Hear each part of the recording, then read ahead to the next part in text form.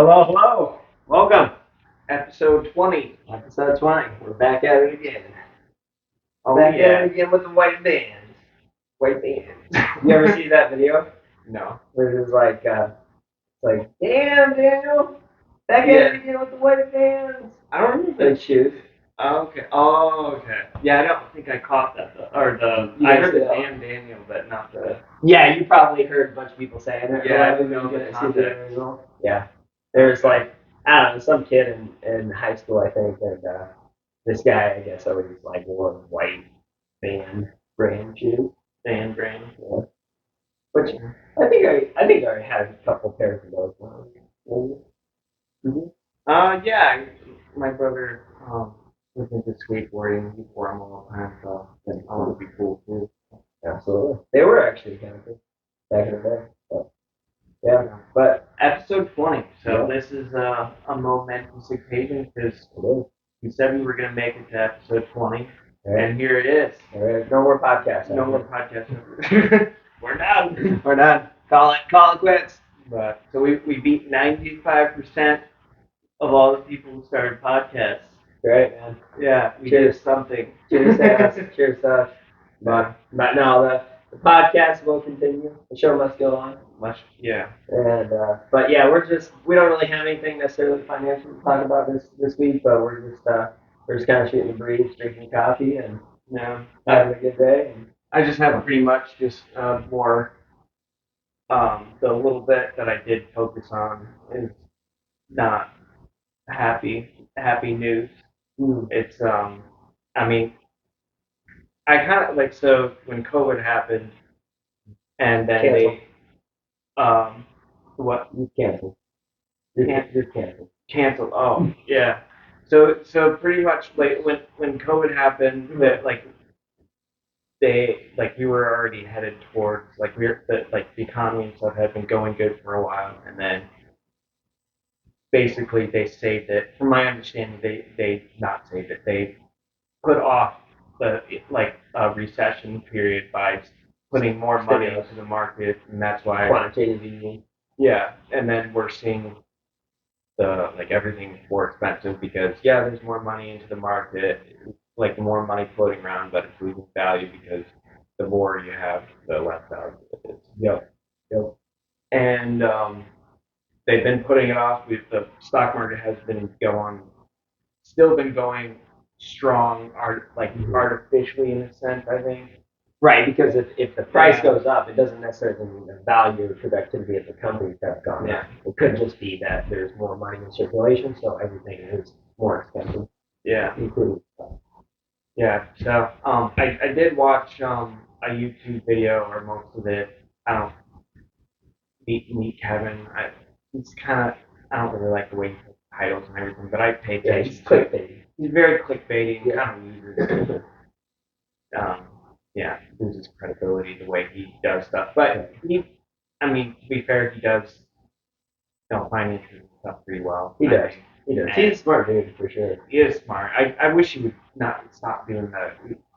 I definitely lost respect for him the way he's been doing things. But with the titles or just in general? Yeah, like there was like one where Iran chemical weapons or something like that, and made it misleading to like, oh, something actually happened. Right. I don't like that stuff. But yeah, he basically he was going through like the major credit card companies and seeing the defaults on credit cards, or basically his reference. I actually kind of like the way he referenced it. He's like, you suck. You're defaulting on your people that are not paying their credit cards or going bankrupt and stuff. I don't know if it's necessarily bankrupt. They're just defaulting with their credit card. Like it went up a whole percentage point, and it already had gone up another percentage another percentage point like not too long ago. Yeah. So people are struggling more with credit cards and stuff like that, and that is apparently it's a really big deal. Yeah. And the way that they were wording it in their statements, it's kind of like a little bit of word finagling to make it look like everything's okay, but it's really bad. Yeah. So pretty much it's looking like we've stemmed off going into this recession for so long, and things are keep on going up in price. Everything's looking so like it's in a good like things are going okay. Right. But it can only go to a certain point, and then it all collapses in on itself. Yeah. So yeah. Yeah, that's not good. Yeah, it's interesting too because I think it was a couple of weeks ago I read somewhere that they said that consumer spending actually is continually going up. So if you think about that, that's interesting because it means that more people are defaulting on their credit card debt. Yet at the same time, the people that haven't defaulted on their credit card that can continue to spend, that still have debt presumably, are still spending at just as much as a rate or a clip that they were before COVID. Yeah. I think, yeah, I don't know. I wonder if people are just kind of like in that mindset where they just kind of think, you know, with all the negative news and everything, maybe the end of the world, whatever, we may go into world wars, have another world war. Then, hey, just send it. Let's go on vacation. Let's, what's that quote? Let's eat, drink, and be merry, for tomorrow we may die. Yeah. Type of mentality, Yeah. Or they just don't get it. Yeah. Yeah. It's very disturbing. I mean, just like the massive spending we've had. Like remember when they were like during COVID, like how much money was like the COVID relief plan or whatever. Wasn't it like $1 trillion? Oh, yeah. Saying it was like, don't quote me, my numbers are wrong. Probably. No, yeah, I think it was around there. There may have been 2.4 or something. I forget. It was an absurd amount. So remember that point, and then like the amount of money that we've been giving, or the government has been giving Ukraine and everything. We are like so stretched thin.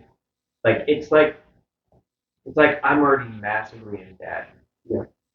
And I have no hope. Like it's already really difficult to pay. Like if not impossible to pay that. And then I'm gonna add on top of it. Right. So the interest. Let's just make our minimum interest payment and still be behind on our interest payment. Mm-hmm. And we're going to keep on just going further and further into debt. And then things are going to keep on getting more and more expensive. Like, if people don't, like, we've lived kind of like in this comfortable state in the United States. Yet, no, not like people are like, no, we haven't. But in reality, we have. We have this delusional sense of security in the way that we live. And if you look at history, things can happen that you don't really expect to happen. Yeah. And I mean, just the route that we're lucky that we've been like the United States has been the world reserve currency for as long as it has. Yeah. It's been since I think 1944. Yeah. We've had the reserve. Bretton Woods Agreement was 1944, and that's when we went on the gold standard, or not the gold standard. We went on the reserve currency. We went off the gold standard. Well, we went on the reserve currency in 1944, and then we went on. It was still a gold standard at that time, and then we went off the gold standard in 1971. Nixon was responsible for that.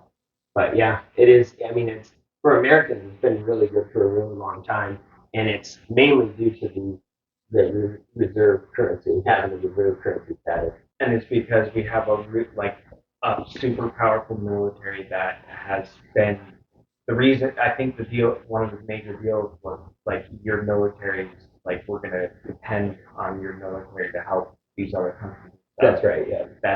And doing that, your currency will be the currency that we use with trading and all that stuff. Like massive economic power. Yeah.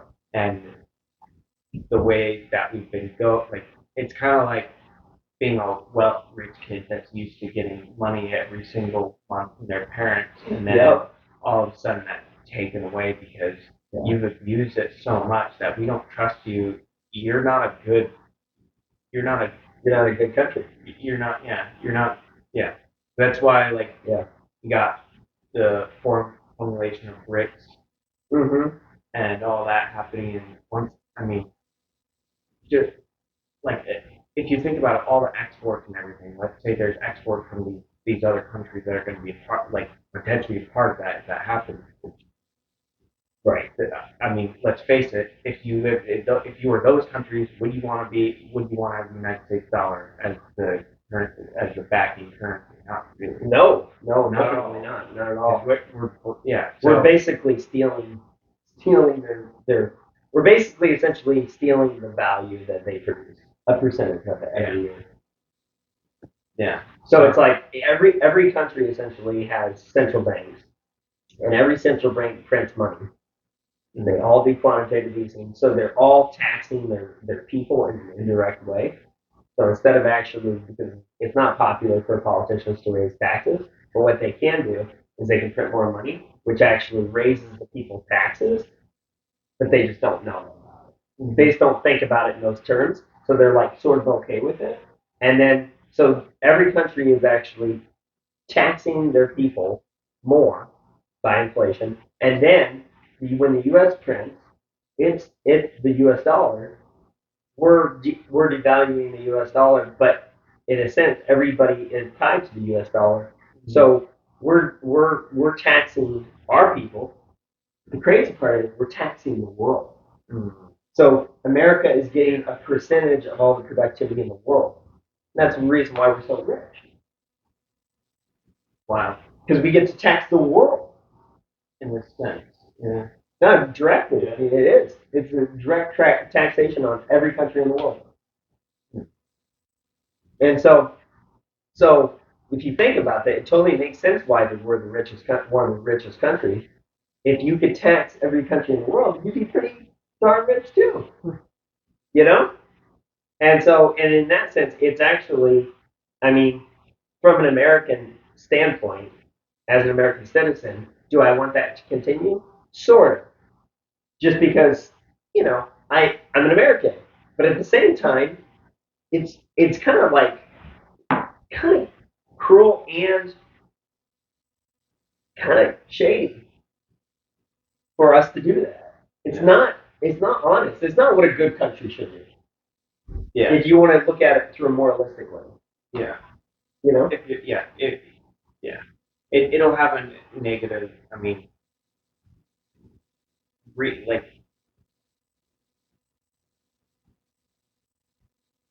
if if everything like if like it's not like Venezuela or whatever. And was it Venezuela that their inflation rate was crazy. Like a loaf of bread is like $1 million or something like that. Yeah, I know they're definitely their currency. They're building batteries out of money and stuff. Yeah, the Bismarck, or like Germany after World War One, had that was probably, I think, one of the worst hyperinflations in history. Yeah. Yeah, I mean, there's no way of telling the route they're going, and I hope that there's like some way to. I mean, I don't know. I don't know how this can. That I heard one person saying of a route that this could play out, and it's an optimistic one. Yeah. It's like technology, as long as the rate of technology exceeds the inflation rate, that at some point it can outproduce. I think that's a possibility. But who's going to benefit from that? It's probably going to be the rich. The rich will benefit because basically it's technology.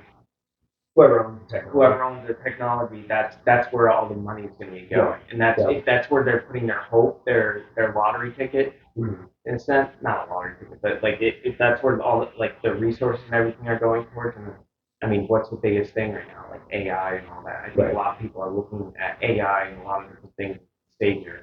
Yep. And like basically, you're like trying to like machines and everything to take over. And I think I see the optimism, but I also see a lot of problems. I mean, there's so many different problems. I mean, if the goods and everything, if the more stuff that gets automated, hopefully that'll bring down price and everything. Yeah. But just like with everything, there's displacement of work groups. Yeah. And where is everyone going to get where are people going to get money from? Like, right. Well, yeah. As the rate. I mean, I think I even mentioned this on one of the podcasts, but Kathy Wood was talking about how we don't, and she's the manager of ARC I think ARC hedge fund or ARC investing, and she said that as we're looking into the future, we don't just see technology increasing at a exponential rate, but at a hyper exponential rate. And so what that means is that for lay people or just regular everyday Joes, is that you're going to have industry after industry get disrupted by new technology. And it's all been blue collar, which is interesting. The majority blue collar. You mean white collar? White collar, yeah. Yeah, it has been, which has been really kind of a win. Yeah, it's been a win for the people that like laborers and everything like that. Turns out it's way harder to replace the dumb work compared to the smart work, and all the smart work is a lot of it's like paper and all that. Yeah, shuffling paper around, filling out spreadsheets, bean counting stuff. Yeah, it's kind of funny. It is. That's kind of like a little bit. I get a little bit of enjoyment from that. Yeah. Thinking about that. I mean, I don't like. I think the technology is a lot farther than like it's a lot farther away to replace all like work groups doing physical things than what was anticipated. I mean, remember like the truck. I mean, we're both truckers. Yeah. I don't feel too concerned that our jobs are going to be completely taken away. not at least within the next. I don't think 5 or 10 years. Yeah. I don't think. Yeah, I mean, that's me personally. If you think about it, yeah, I actually agree with that because it's. What if they? Oh yeah, you got this truck that comes out that's fully automated. Like they're still insanely expensive. Like manufacturing. Yeah. Like if you look at it as like at a way like, I mean, how long has it taken to come out with the Tesla Semi and the Cybertruck? Right. It's like it's taken so long. Longer than people thought. Yeah, it's manufactured. So even if we came out with a brilliant truck that saved fuel, that like, for the most part, replace driver. I don't think you can really replace the driver. Like even if it's driving itself, you still need the person. Like you'll probably need a person in there anyway. Yeah. They're still gonna want a signature. Like Now you can do electronic signature, blah blah blah. But at the same time, I think there's a couple things that kind of. Well, let me actually go back to what I was saying before, and then I'll jump back to this. But with Kathy Wood, super exponential means like industries like whatever industry it is going to get disrupted, and every industry is going to get disrupted, and it's not going to just get disrupted once. It's going to be continually. Yeah. And what does that do for just a regular everyday Joe? It's going to make them to where either they're going to have to learn at a hyper accelerated rate to get familiar with the new way of doing things and using AI potentially or different technologies, or they're just going to be left behind. Yeah. And that's kind of like the hard part about it, especially for older people, because the older you are, the harder it is for you to learn at a rapid rate. And so the older people, I think, they're going to be in trouble, And a lot of people. A lot of people are going to be in trouble. I'm going to probably be in trouble. But that's part of the reason why I'm like trying to use ChatGPT is like just getting used to it. It's like, I mean, it's pretty easy, but it's like it's just like, I mean, even like putting an input, if whatever you input, even you gotta get good at like prompting good, like asking good questions too. You kind of have to have like an understanding because it's very literal. Right. And it's going to take what you're saying and very literal. Yeah. It is decent, but like, you should look, like if you're interested in trying to figure out how to use ChatGPT, you should look up like other people using it and like pay attention to their prompts, like Googling things. You word things in a way to get what you actually want. Right. Because it's learning how to do that. Yeah, I think it's going to be the people like you that are experimenting with it and like can kind of get get to the point where you sort of understand AI a little bit, or at least you understand the inputs and the outputs and what input is going to get you the right output. Yeah, That's going to be the people who win. it's pretty much like if you're not using it, you're not going to be able to compete because the people that are using it are just going to be able to outcompete you in Every area. every area. 'Cause you just look it up. Like I'd like to have a contract, right? ChatGPT, right? Contract for heavy equipment operating or like residential heavy equipment operating, and it'll print like just word things out. And then you got to go in and then critique it. Right. But you can do that with, um, contracts. Like lawyer, like it's if you know how to input things, you still have to have a decent knowledge base. That's the thing. You gotta educate yourself to be like I mean, there's apparently with it now, like you can almost use it as a lawyer, Right. in a sense, Right. which is But wild. you probably that's the thing is will lawyers go away or will there just be a lot less of them because they have to essentially the bulk of their work maybe would be like I don't know writing up a contract maybe or like facilitating like the whole contractual relationship. But now it's going to be more about reviewing ChatGPT's work. Mm-hmm. So there's not if you look at it like ChatGPT is not a licensed lawyer, so you no still need a legally, licensed lawyer. correct. But it could probably give you the same advice as a lawyer would give you. But you still need to sign it.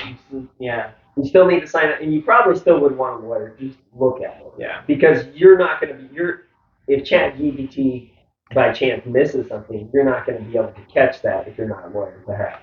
Yeah. Unless you just have another AI look at that AI. It legitimately could be just like having 3 different AIs correcting the other AI. God, that's scary. That's scary. Yeah.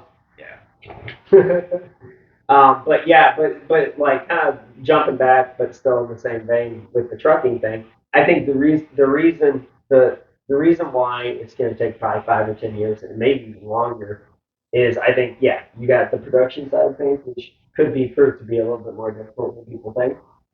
And you got also the aspect of the regulatory side, which is like Congress and everybody getting and putting the House putting together a bill and getting it through Congress to actually get it passed to allow these self-autonomous driving cars on the road because that's all like a legal machination of different things because if somebody gets killed by one of these semi trucks that are autonomous, there's going to be lawsuits. What's the legal ramifications? There's that, and then the other thing is, if all that gets through, so you got the trucks, it's working perfectly, which is still not perfect. It's pretty good, but it's still not perfect. Then you also have and then you get through Congress. If you have all that, then you still have the thing where I think people are going to say, just like the airline, like for the most part, from my understanding of it, most of the commercial airline planes are fairly autonomous. And you have to every once in a while they keep a pilot in there just to take over if need be. But here's where all what you said just goes. No, don't do that. Bin. Don't do that to me. Okay, what? This is what I've heard. This is Kathy Woods. Okay. We got two other people that I but sure. One of them was on Joe Rogan, and the other one I think was on Black Friedman. So this is where all that speculation just gets thrown away. Is the reason why AI is that there's a race everywhere. Like they're fighting to get the most powerful AI because all that. If you get a super powerful AI and speed things up, like going over pages and pages and pages of stuff. Let's say you're in, for example, you've got to go through this bill, or you got to go through all this stuff, and then you have AI that just goes through all these things, Yeah. and then highlights the important things that matter to you, that your inputs in this stuff. Yeah. You're able to go through things faster. True. Like through data, and the more intelligent the AI is, once you have, and let's say you got a person that's going through these documents, and this is a competent person, and it can't be passed, or I'm just using this as an example. Sure. You get an AI, and you mark this AI as confident enough to go through these things and process everything, and then you like the AI is able to go through the coding for vehicles. The stuff and it's marked compliant, like it's able to catch all these things. Sure. Once AI is able to start doing things that humans can do to be able to make progress go faster. Right. That's all it'll set up. What takes a human forever to do, and it can do it in a second. Mm-hmm. Sure. That's why they're calling it the singularity in the next 5 to 10 years. Right. So all this speculation and everything, all these things, the kinks and stuff that are so insanely hard to work with, the kinks are what takes the majority of the time. Mm-hmm. Like, if you can have AI start solving it, I don't know how to word it. Like, if you're able to get AI to solve the real world issues that are easy for humans to do, but hard for AI. Once the load starts going towards the AI is able to fix those real world issues that are impossible, that still AI hasn't been able to do. You're saying once AI can actually problem solve and do the things that humans find easy now that AI struggles with, once that flips over, then everything world change. I mean, because then you got AI, you got this robot, whatever, it's humanoid mixed between computer cyborg working together, and then it's building a manufacturing plant, and all, like, if you can have the building blocks like that, then that is when everything changes. Right. Everything changes to where, oh crap, in 1 second you got something that takes 10 years for a group of humans to do, the smartest people on the planet, to a month. Yeah. To where, like, they're going back and, like, okay, I want this final product that, let's say it's a bridge. Mm-hmm. And you've got, like you have engineers working on it and all that stuff, but it's able to be built just like that because AI is able to come in there, figure out all the mathematical formulas, go in there with actual robots and just build the thing. Logistics and everything. Yeah. Like, all these problems that you gotta have competent humans that take so much planning, gotta cross your T's, dot your I's. Yeah. Like, everything's gotta be perfect. Once you have a system that can just go in and make all these super complicated problems super simple because it can just go like that. Right. That's when you can see a whole, like, all of a sudden, wherever it starts, you just see a complete change to the world. Like, it spreads out. It's like, this is like going from horse and buggy to a Ferrari. Just like that. Like, everything is and everybody's efficient. gonna be like Ford. Yeah. I don't know if that's gonna happen. But that's potentially what could happen. Is all of a sudden we're living like one. It probably would take longer, but, like, the faster it goes, the more efficiency. I mean, have you seen like a couple people trying to build a house? Or something like that, and it takes them forever. Yep. And then you've got this other crew that comes in, just knocks it out. The best crew. All the specialists come together. Yeah, it's true. But I will push back on that slightly, not from the production side of things, and not from the world changing, but from the regulatory side of things. Because I think this is I know you want to say something about people are not necessarily just purely rational. So if you can sit there and say we can get from A to Z in like a day, and this world will be way better rationally, logically, people are still going to be like this. Like all the truckers are going to go to the politicians and be like, "You're not doing that. We need our jobs. You're not going to take away my job. I need this for my kids." And the politicians are going to be like, "Don't kill them." Guess what though? Yeah. It's a national security risk. If we don't do this, you're not going to be able to compete in the world. That's provided that all the other countries do it. Whoever it doesn't do it is Going to be left behind. It's like And we may be. I'm gonna We work. may be. I'm gonna. It's like saying that I'm gonna not use an iPhone. No, I totally I'm not agree. gonna use a phone. It's like it's 10 times, like 100 times, 1,000 times worse Yes. than not having a phone. If you don't do this, it's like the race to having a nuclear bomb, which is actually a good example because it has potential to be as dangerous as that. You Sure. don't know. China's gonna make it. This is why it's such a scary topic, because it's like it's not just a nuclear bomb. Right. It's like curing cancer. It's like curing cancer, having a nuclear bomb, having But then also the opposite of it. yeah. Meaning, like, it can solve cancer, but it just can easily cause a new thing that's just like cancer for 10 times worse. Mm-hmm. But you know what? It is interesting though that I think the point that I brought out is a valid point, but mainly in the U.S. Mm-hmm. Because I feel like our democracy is actually, probably the strongest democracy. There's a lot of countries that don't even have a democracy. Yeah. And they're actually probably going to be the ones that win in the AI race first in some ways. In some ways. They'll rip off our AI. And they'll say that we've come up with this brilliant AI that can just totally revamp the trucking industry overnight, right? We might have the capability, but because the people don't want it and they riot against it, hang on. Because they riot against it.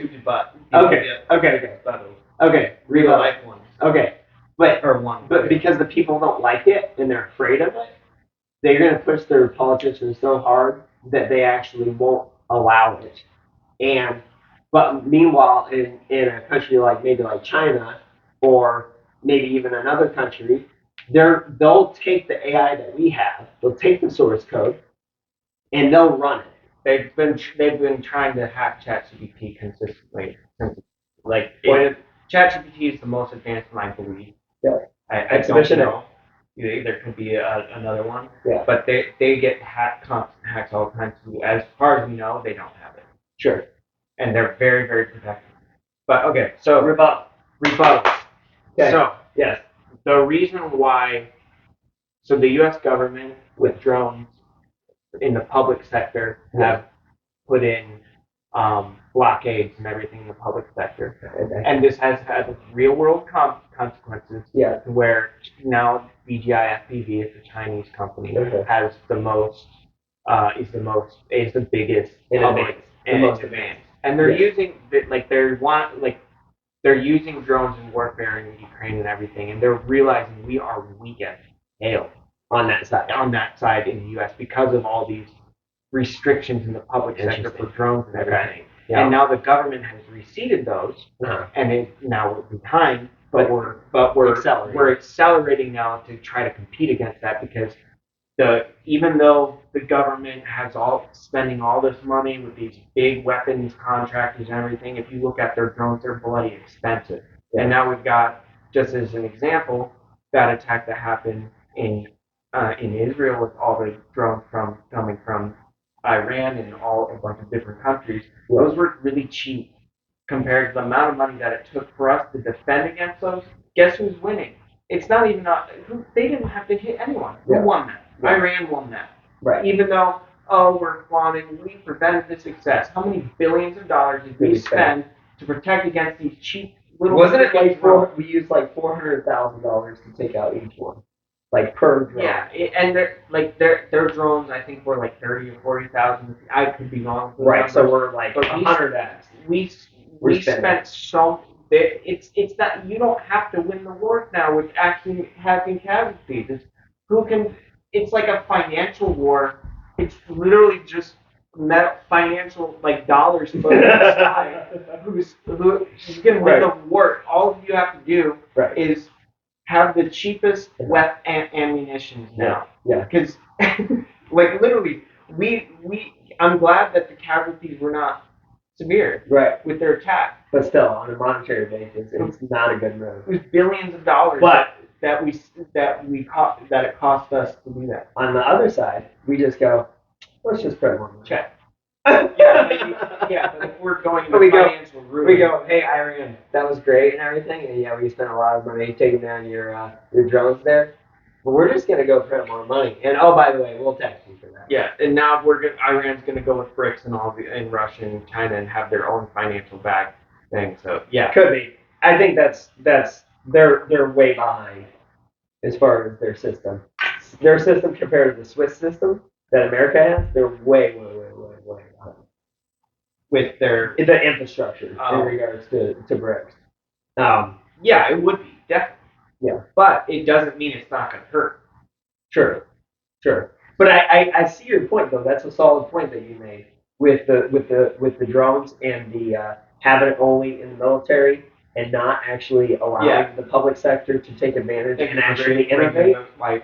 Bringing you back to my original argument. No, it's good. Yeah. I liked it. It was a good point. Thank you. But yeah, so basically the same thing will happen with AI. If they do that, if they put the restrictions on, then we're in it's the weapon. So it's going to be, if you don't participate, it can have critical problems, just like the drone situation.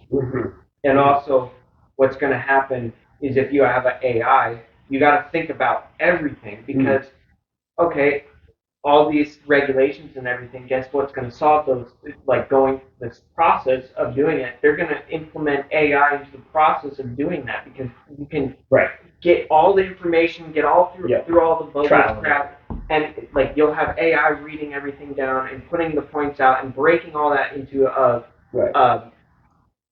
into chunks where you can actually bite. Smaller pieces, piecemeal, all this complicated language, breaking it down. So I think inevitably, even though the democracy is slow, AI I think will have a critical role in speeding up processes.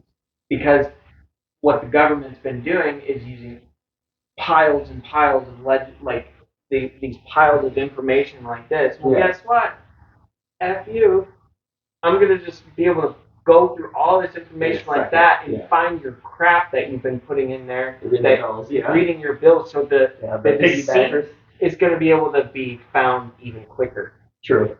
Yeah, I like those points. Those are good points that you brought up. I think another thing to think about too is it actually in the U.S. the AI technology, Congress may not even if all the truckers and everybody in every industry cries to their politicians and says, we're going to kill you if you don't regulate this. Which I don't see happening, but yeah. But it's an example, sorry. Yeah, you're good. But even if that does happen, I'm actually going to be making a point on your side.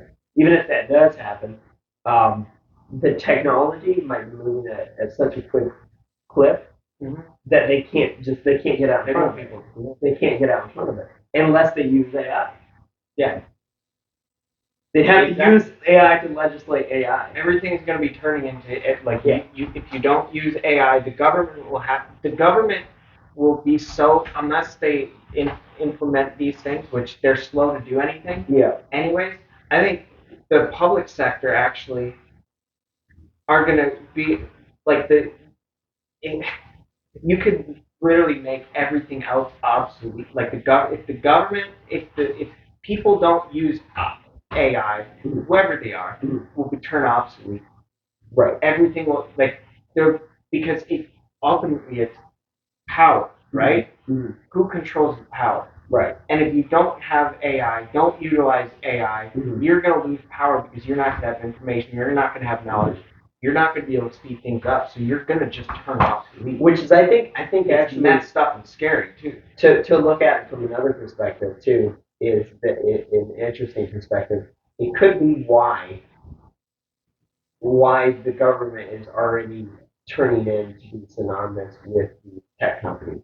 Meaning, in some ways, it looks to me like the tech companies have basically co-opted the government almost in entirety, to the point where now it's not the government regulating the tech companies, it's the tech companies that are actually pushing for different regulations.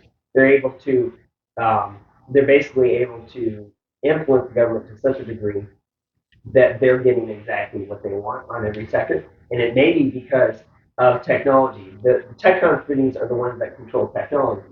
So they may have, I mean, if you look at like Apple, Apple has a bigger GDP for they're not a country, but if you want to look at what they would be considered GDP, than a lot of countries. And so if you think about that, you think, okay, you take the top 10, what is it, top 10 tech companies, they're already bigger than our government in a lot of ways. Well, governments are look like they hold power, but they don't hold power. Right. They hold power for the people. They're a front power. They're just a front end for the people that are actually making the rules. The perfect illustration is actually a science fiction series. Read it. Okay. It's because it goes deep into politics, and yeah, it's science fiction or whatever. But you can actually, it's like you got the king, you got the like council or advisors or whatever. All those people that look like they're in power, but they're bought and paid for by the person behind the scenes. Which is like this wizard or something like that. Right, but in real life, which is would be the Rothschild, the banks, banking systems, the weapons manufacturers, all that. Yes, the military industrial complex. You have the money, which is power in a sense. Or money's not power unless you have the brains behind the money to actually influence that money to allocate that money to gain influence. Yeah, and you have to have some sort of leverage. Like a lot. I mean, if you think about it, how like a lot of it I mean, in the series, it's like basically they're using like you have to have some sort of force. Just because you have money doesn't mean that you have the power. Right. But if you understand the information and everything behind that money, like they use it's having all that information, knowledge of individuals, using that information to blackmail those individuals, to force them. They have no choice. They have they may need money for certain things to be able to get it could not even correlate with what that bank wants or whoever it is. They know this individual has a massive problem. They're screwed if they don't have money, and they'll be like, "Here you go." Shout out to Jeffrey Epstein. Here's all this money. Thank you so much, but this is what we're going to need in the future from you. Right, exactly. They can't tell anyone. They if someone knew that they got paid this money to solve this problem. Right. But in return, they have to give this person and then they have to scratch their back later. And then if you do turn against them, what they do is they turn the populace on you. Yeah. They say, "Hey, do you see what this guy did? He's trying to get away from justice. Yeah. Crucify him." Which is really funny now to look at it, like from that perspective. Like when they're like, I'm just going to use Trump as an example because it's the most obvious. He's a Russian asset or something like that. These people don't even know how to play politics, right? Like they're not even pointing out true things. Right. Although unless that was, and we I don't know if I believe that one way or another. Maybe his Russian asset. I don't know. But bought and paid for by. Yeah, maybe. Maybe. Yeah. Well, Tulsi Gabbard, like they've attacked Tulsi Gabbard, and she's got like a clean slate, and so you think. Yeah. See, the problem with all this is like gets you to the point of like, kind of like conspiratorial thinking. But the problem is, I think there is that. It is real. To some extent. It has to be. Yeah. And if you think about it like this, which is like if you have, let's say you have billions of dollars, right? Mm-hmm. Great. But what if you don't have any friends in government? They just go around and oh, that's nice, you have a billion. We'll take that. Mm-hmm. What are you gonna do about it? Yeah. You're gonna sit there and hire somebody to fight them, right? But then we're just gonna go, well, we saw that you broke this rule, this rule, and there's no way you can prove it otherwise. Nope. And we're gonna put you in jail. We're gonna execute you or whatever. It's it's kind of funny. I'll use it. So, I've thought about this before, like because there a lot of things are you think about the way things like the law is or crime or whatever you think about, for instance, like a crime. Yeah. Like there's a mirage of protectivity. Like there's these mental constructs that are created. Like if you think about it, like for instance, like a murder or whatever. Right. Like murder. Yep. People are like, oh, if you commit a murder or something like that, it's so like that person's gonna get caught. Yep. Reality is, if you think about how easy it is to actually get away with a murder in a lot of sense. Yeah. That is what a lot like. There's so many things that are happening that are illegal that are actually pretty easy to get away with. Right. But you think of like a lot of people think that it's hard to get away with certain things.